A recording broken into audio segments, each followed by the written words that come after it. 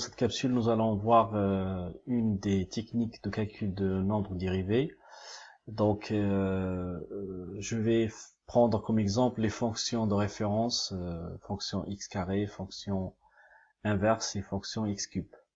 Donc, on choisit de calculer en a égale à 1.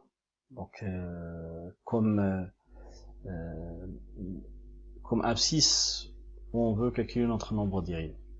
Après, donc, la première étape, c'est de calculer l'image de h plus 1. Pourquoi h plus 1? Parce qu'on a besoin de ça dans le taux de variation.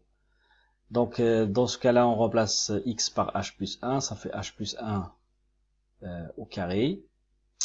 Et après, on utilise, par exemple, l'identité remarquable pour développer encore plus. Voilà. Après, on calcule l'image de 1. D'accord? Donc 1, c'est 1 au carré, est égal à 1. Deuxième étape. Le taux de variation, par définition, il faut connaître cette définition par cœur, c'est f de h plus 1 moins f de 1 sur h, ou bien f de a moins f de b sur b moins a.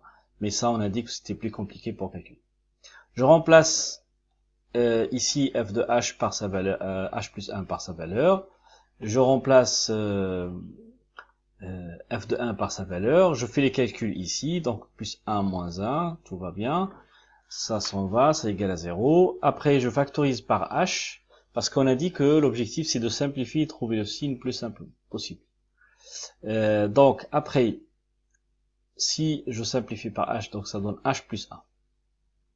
Donc, troisième étape. Troisième étape, c'est le calcul de avec la définition, c'est-à-dire avec la limite. Faites attention, il y en a qui vont se poser la question, mais pourquoi on remplace pas directement par h par 0 dans la première formule? Alors on tombe sur une forme indéterminée, c'est-à-dire 0 sur 0, parce que ici f de h, f de 0 plus 1, puisque h il se remplace par 0, c'est égal à f de 1, ici. Donc f de 1 moins f de 1, c'est 0 sur 0. Bon, c'est une forme indéterminée. C'est pour ça qu'on est obligé là de simplifier pour éviter cette forme indéterminée et trouver la dérivée, le nombre dérivé, pardon. Étape 3, donc la dernière étape, c'est le calcul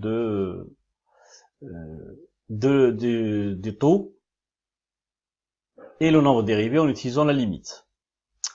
Voilà. Donc, c'était f' de 1 est égal à la limite quand h tend vers 0, donc ça change pas. Il faut connaître cette définition en tout cas par cœur. Et on remplace t par cette valeur-là. Donc, limite de h plus 1 quand h tend vers 0. Là, c'est simple, on remplace h par 0. Et donc, on tombe sur 1. Donc, le nombre dérivé est égal à 1. Alors, ça veut dire quoi ça? Ça veut dire que la pente, ou bien le coefficient directeur de la tangente est égal à 1, ça veut dire que la fonction x carré, elle est croissante en 1. Une petite interprétation graphique.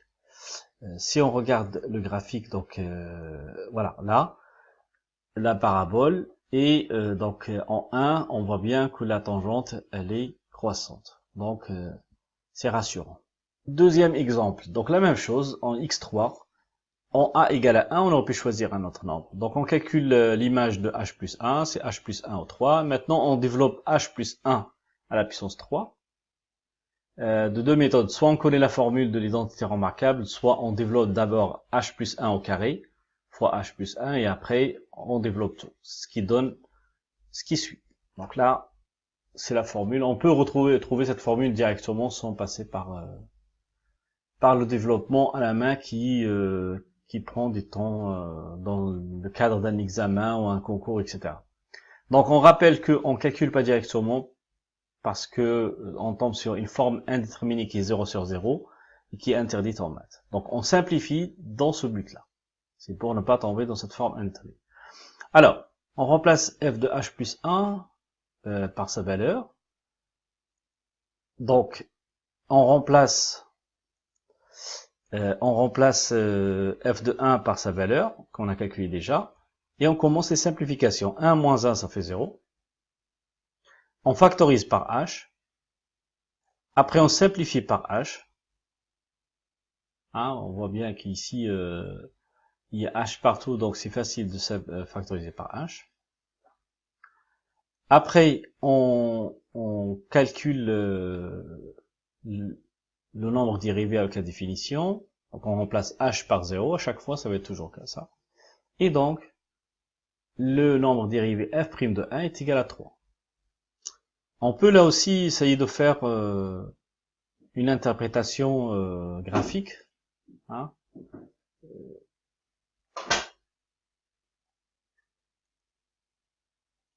Alors, l'interprétation graphique.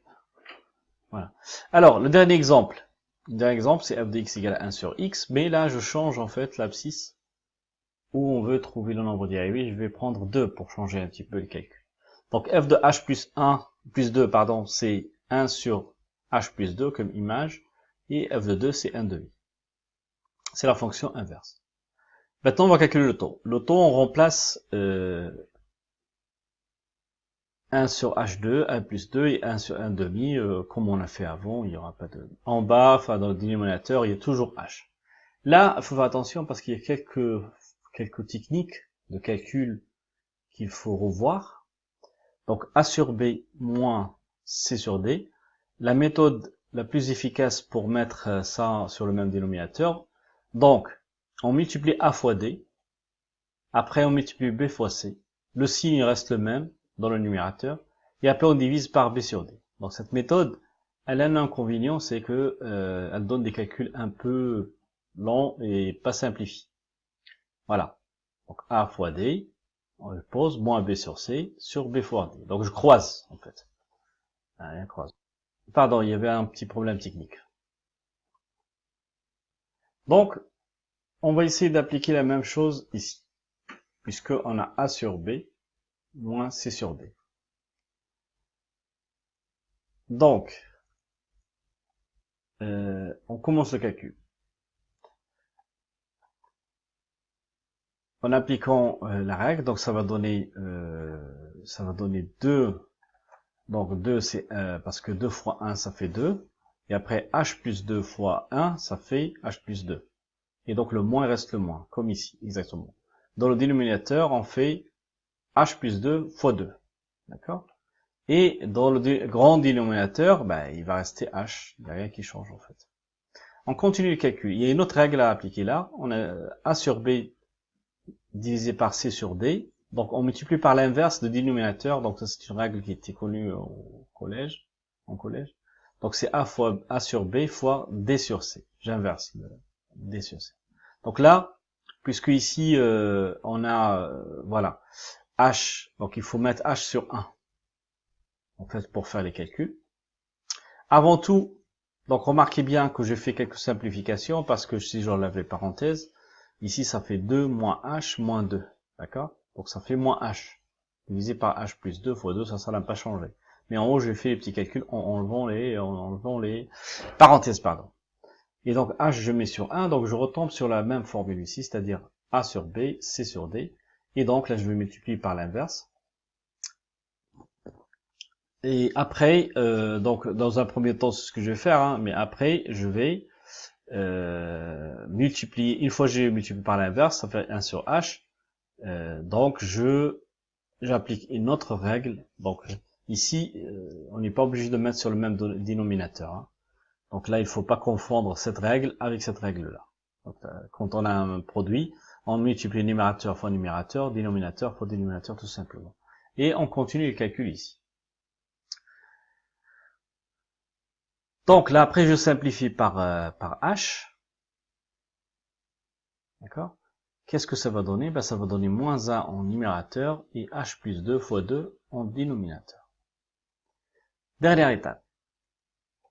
Dernière étape, c'est l'étape de calcul. Donc là, faites attention parce que je calcule f' de 2, parce que l'abscisse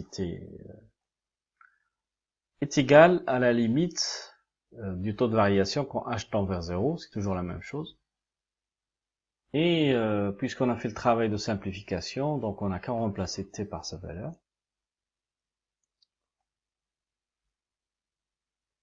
Et donc, puisque, oui, donc c'est un moins 1 sur h plus 2 fois 2 qu'on remplace ici, après travail de simplification.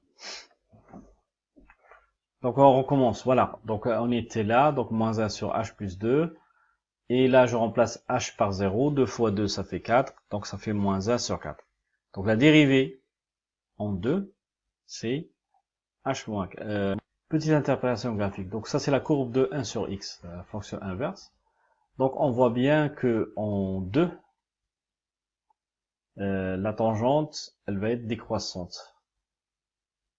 Là, si on trace la tangente, décroissante, et la pente, ça va être de 1 quart, moins 1 quart plutôt. Voilà pour ces trois exemples. Voilà. Merci, au revoir.